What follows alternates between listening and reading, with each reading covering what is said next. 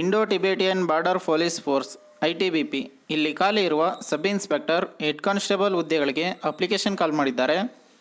ಒಟ್ಟು ಹುದ್ದೆಗಳು 29. ಉದ್ಯೋಗ ಸ್ಥಳ ಅಖಿಲ ಭಾರತ.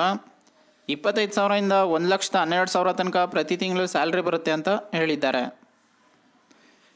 ಇನ್ನು ಯಾವ ಹುದ್ದೆಗಳಿಗೆ ಏನೇನು ಅರ್ಹತೆ ಇರಬೇಕಂತ ನೋಡೋದಾದರೆ, ಸಹಾಯಕ ಸಬ್ ಇನ್ಸ್ಪೆಕ್ಟರ್, ಸ್ಟಾಫ್ ನರ್ಸ್ ಈ ಒಂದು ಹುದ್ದೆಗೆ 12th ಅಥವಾ GNM ಕಂಪ್ಲೀಟ್ ಮಾಡಿರೋರು ಅಪ್ಲೈ ಮಾಡ್ಬೋದು.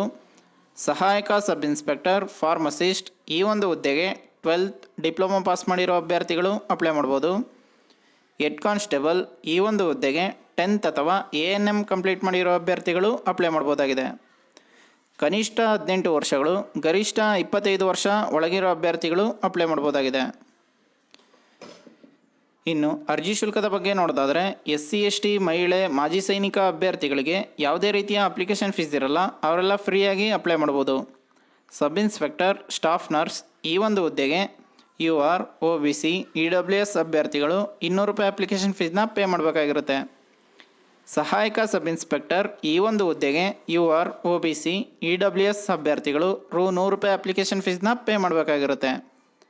ಲಿಖಿತ ಪರೀಕ್ಷೆ ಮತ್ತು ಸಂದರ್ಶನ ಈ 2 ಸ್ಟೇಜ್ಗಳ ಮೂಲಕ ನಿಮ್ಮನ್ನು ಸೆಲೆಕ್ಷನ್ ಮಾಡ್ಕೋತಾರೆ ಅಂತ ಹೇಳಿದ್ದಾರೆ.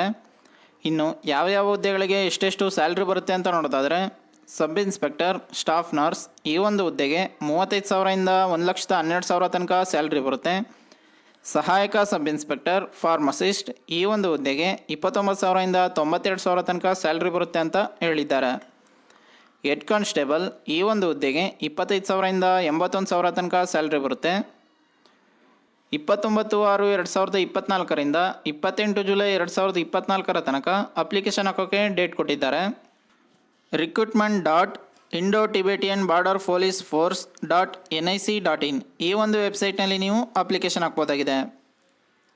ಇನ್ನು ಈ ಜಾಬ್ಗೆ ಸಂಬಂಧಪಟ್ಟ ಅಫಿಷಿಯಲ್ ನೋಟಿಫಿಕೇಶನ್ PDF ಅನ್ನು ಈ ವಿಡಿಯೋದ ಡಿಸ್ಕ್ರಿಪ್ಷನಲ್ಲಿ ಕೊಟ್ಟಿರ್ತೀನಿ. ಒಂದ್ಸಲ ಓದ್ಕೊಂಡು ನಂತರ ಅಪ್ಲೈ ಮಾಡಿ. ಅಪ್ಲೈ ಮಾಡೋ ಎಲ್ರಿಗೂ ಕೂಡ ಆಲ್ ದ ಬೆಸ್ಟ್.